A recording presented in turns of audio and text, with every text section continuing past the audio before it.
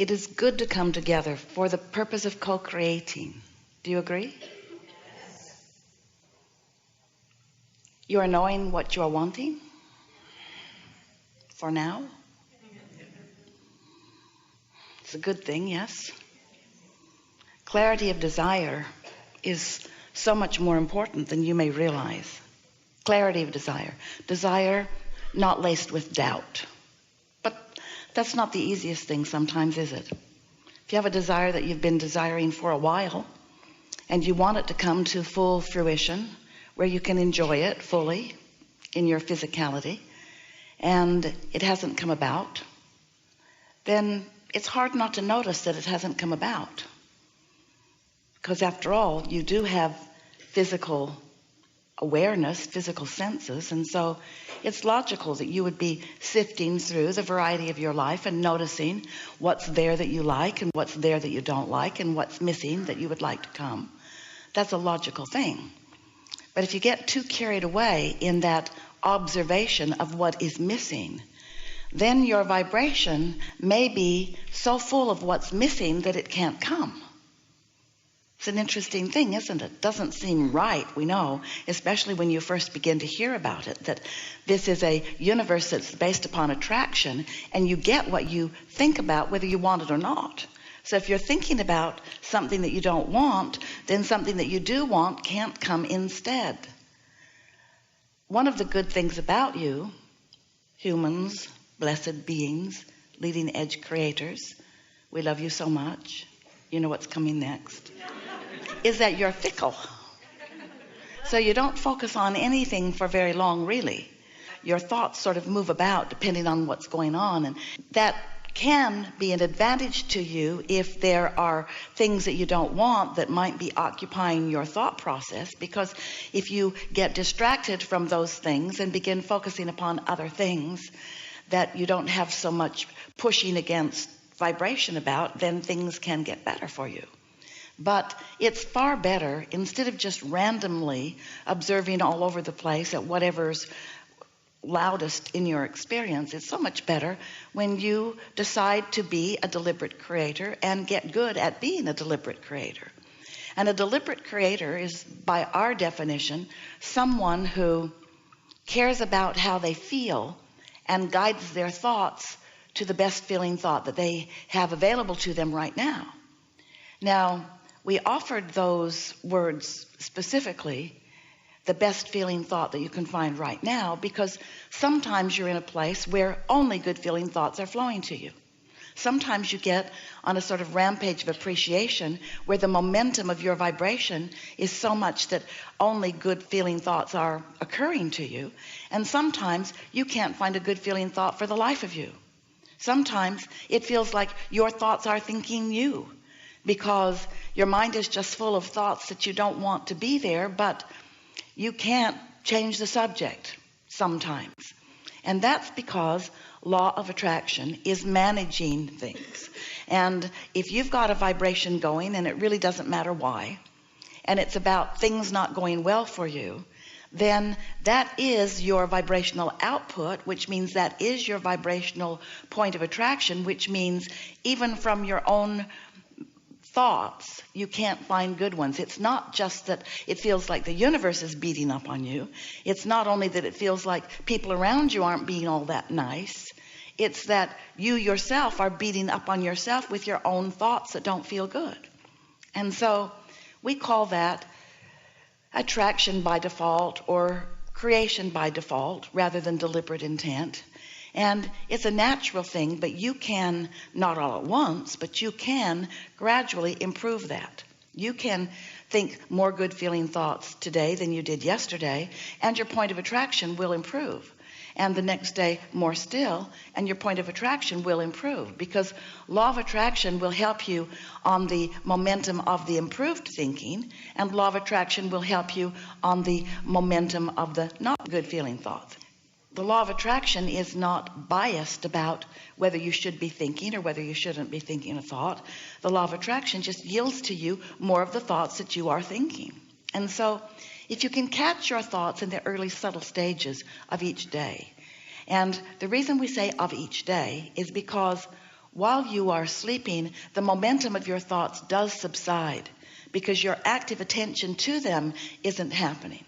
And so that doesn't mean that tomorrow you won't wake up and remember today or yesterday, because you undoubtedly will. There will be things that will remind you, and it's easy to return both to the things that you like to think about and the things you don't like to think about.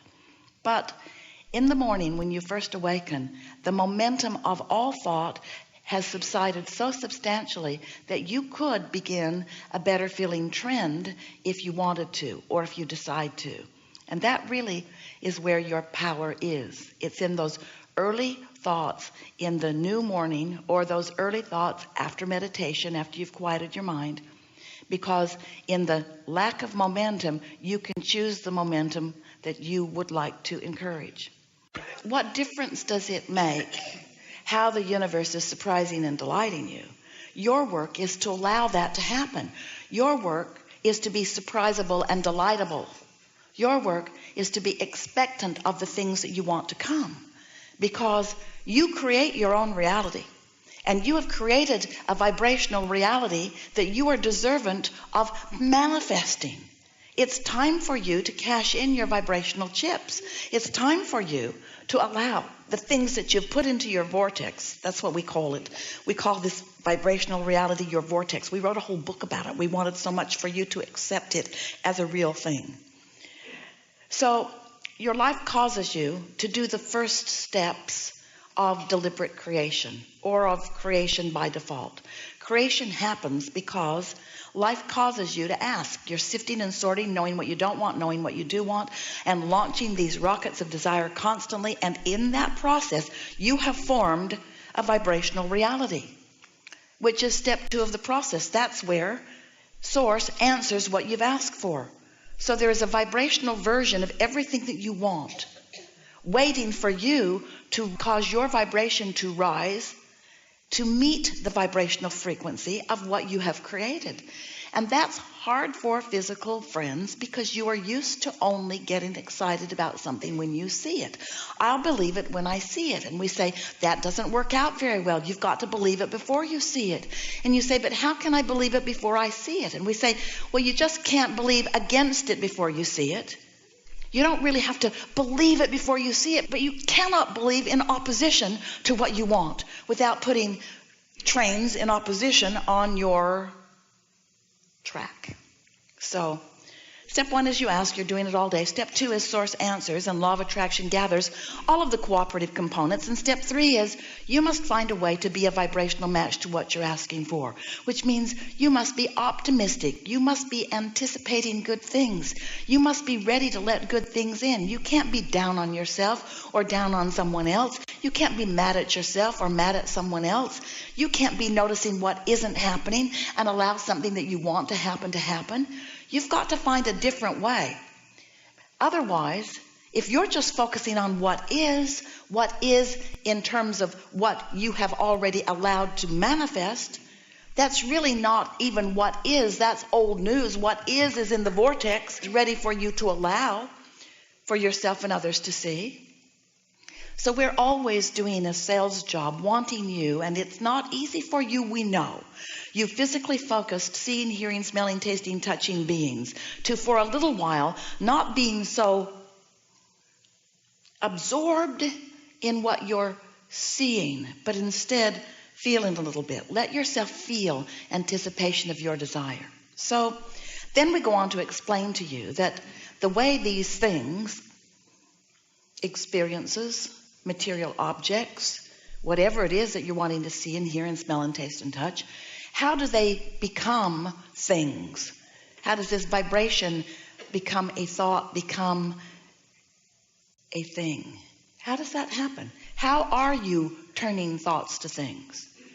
Well, you're doing it by holding a frequency that allows you to be in the receiving mode, that allows you to realize. That's the thing. So sometimes you say, well, I wish such and such would be revealed to me. And we say, it's being revealed constantly. The question is, are you on the wavelength where you can receive it? Are you the realizer of it? Or are you the denier of it because you can't see it? So we're asking you for a little while to be a little less seeing, and a little less hearing, a little less observing, and a little more feeling, a little more reaching for the feeling. And you know, that part should not be difficult for you, because there isn't anything that you want that is for any other reason than you believe you would feel better in the experiencing of it. So we know it's a terrible price to pay to get happy and expectant about things.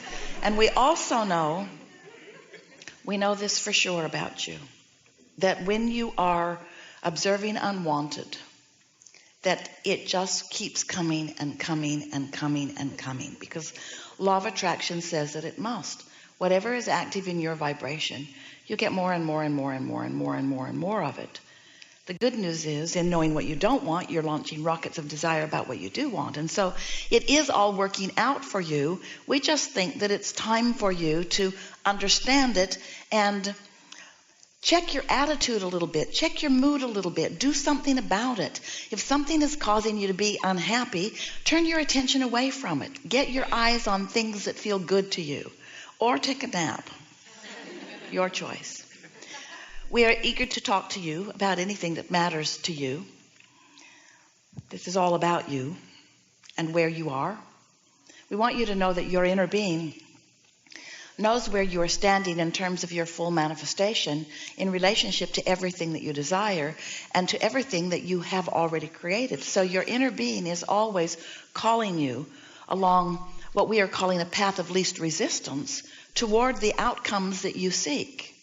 We want to remind you that you're the one who's put all the resistance on your path, but your inner being isn't holding a grudge about that. Your inner being isn't saying, well, we've been calling you, but you've piled up so much resistance on your path you can't hear us, or you've got so much resistance on your path you can't make your way.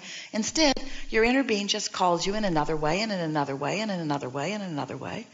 It's like